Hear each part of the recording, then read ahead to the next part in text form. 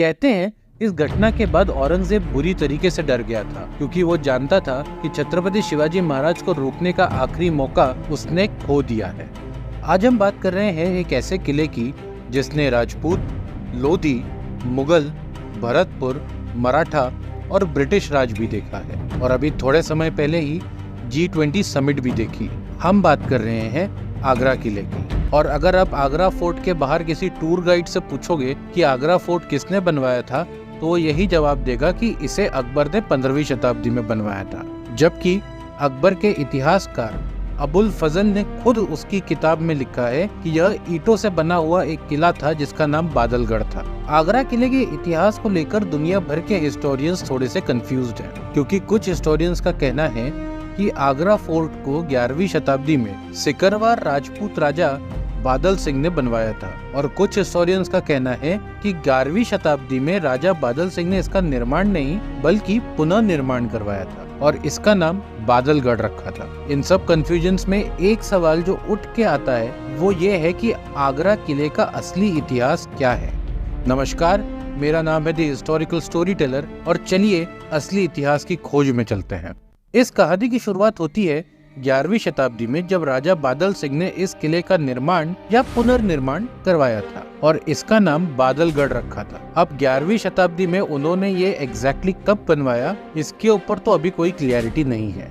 आगरा के प्रारंभिक इतिहास के बारे में बहुत कम जानकारी है, लेकिन इसमें कोई संदेह नहीं है कि इसकी स्थापना भारत पर मुस्लिम आक्रमण से बहुत पहले हो चुकी थी। आगरा और उसमें बसे एक प्राचीन किले का हमें पहला संदर्भ शायर मसूद सलमान के एक कसीदे में मिलता है, जो उसने गजनी सल्तनत के शहजादे मोहम्मद इब्राहिम की शान में पढ़ा था, जब उसने यहाँ हमला करके इस पर जीत हासिल की थी।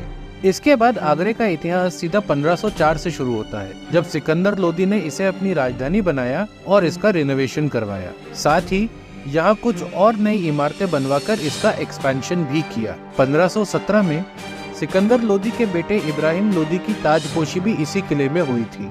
इसके बाद 1526 में पानीपत की पहली लड़ाई में इब्राहिम लोदी बाबर के हाथों मारा गया और आगरे का किला मुगलों के हाथ में चला गया। इसके बाद बाबर के उत्तराधिकारी हुमायूं को 1530 में इसी किले में ताज पहनाया गया, जिसके 10 साल बाद यानी 1540 में शेर शाह सूरी ने हुमायूं को बिलग्राम की लड़ाई में हरा दिया और आगरा के किले पर कब्जा कर लिया।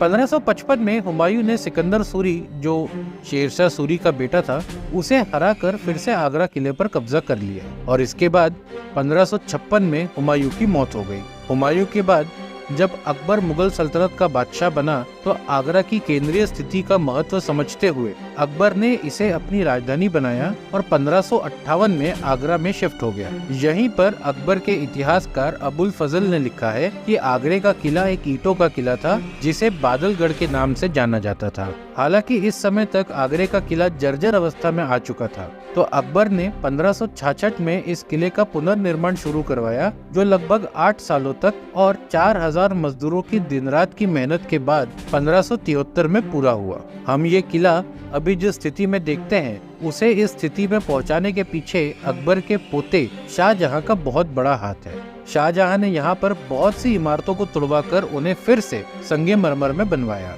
जब शाहजहां के बेटे औरंगजेब ने मुगल राज सिंहासन पर कब्जा किया तो उसने अपने पिता को 1658 में इसी किले में कैद करके रखा था। औरंगजेब के शासनकाल के दौरान इस किले में एक ऐसी घटना हुई थी जिसने मुगल सल्तनत को उसकी जड़ों तक हिलाकर रख दिया था और यहीं से शुरू हुई थी मुगल सल्तनत के अंत की शुरुआत। दरअसल हुआ ये था कि औरंगजेब ने शिवाजी महाराज को अपने दरबार में आने का न्योता भेजा था। उसी न्योते का आदर करते हुए शिवाजी महाराज और उनका बेटा संभाजी 12 मई 1666 को आगरा पहुंचे। जब शिवाजी महाराज औरंगजेब के दरबार में पहुंचे तो औरंगजेब ने शिवाजी महाराज को अपमानित करने के लिए उन्हें उन लोगों के बीच में खड़ा करवा दिया जिन लोगों को शिवाजी महाराज पहले ही हरा चुके थे।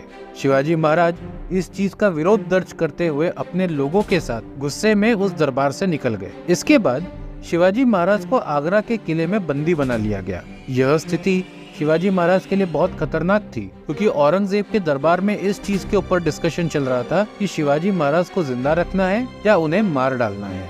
इन सब के बीच शिवाजी महाराज ने उस कैद से निकलने के लिए अपना प्लान रेडी कर लिया था, जिसके अंतर्गत उन्होंने पहले तो बीमार होने का नाटक शुरू किया। फिर उन्होंने औरंगजेब के पास एक अर्जी भेजी कि उनके 300 लोगों को वापस जाने की अनुमति दी जाए। आगरा किले से निकलने के बाद शिवाजी महाराज के लोग आगरा से लेकर तो राजगढ़ के रास्ते में फैल गए, जहां उन्होंने शिवाजी महाराज के बताए हुए प्लान के हिसाब से तैयारियां शुरू कर दी। इसके बाद शिवाजी महाराज ने अपनी नकली बीमारी से शीघ्र स्वस्थ होने की प्रार्थना करने के लिए भिखारियों और फकीरों को फलों और मिठाइयों से भरी हुई बड़ी बड़ी टोकरियां भेजना शुरू किया।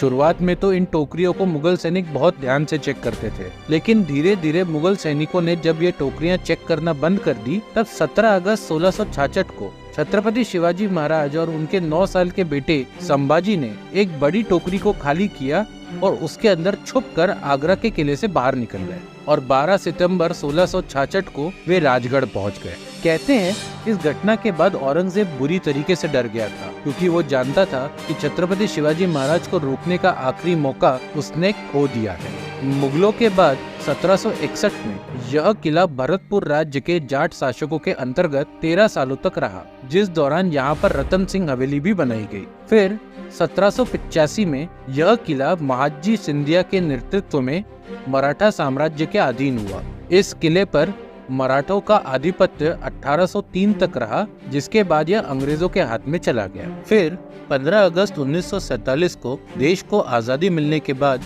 ये किला भारत सरकार के अधीन रहा, जिसके बाद से ये हमारे देश का एक प्रमुख टूरिस्ट अट्रैक्शन बना हुआ है।